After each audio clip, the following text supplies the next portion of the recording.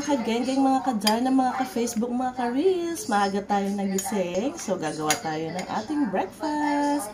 Avocado breakfast. Ayan. Diba? Napakasarap ng avocado. Buti na lang nahinog siya sa aking bigasan. O, diba? Hindi siya nabulok.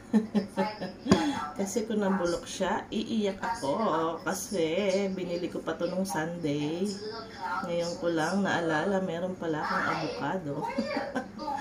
Ay, ayan. So, medyo may nasira na yung iba. Hindi na natin isasama. Ayan. Maagang avocado. Lalagyan natin ng gatas. Ayan. Meron tayong gatas na malapot. So, lalagay natin ng konti para meron siyang konting tamis. Buti na lang, meron siyang easy open can. So, hindi natin masyadong bubuksan. Kasi konti lang naman ang ating ilalagay. Wow! Creamy! Oh my God!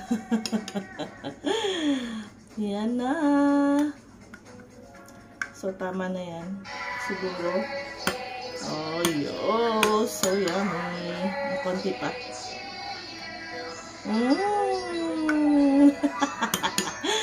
Wala na kasi yung aking Quaker Oats. Matagal na ako hindi nagki-Quaker Oats. So, ganyan na lang. Pure avocado and milk. Ayan. Salamat sa panonood. Thank you for watching. Kain na, guys. Good morning. So, titikman natin. Oh my God.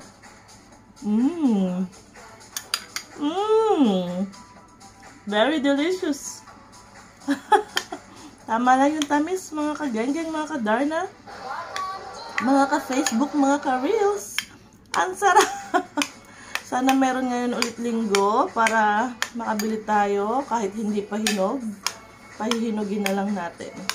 Yummy, yummy! I love it! Thank you guys for watching! Bye-bye!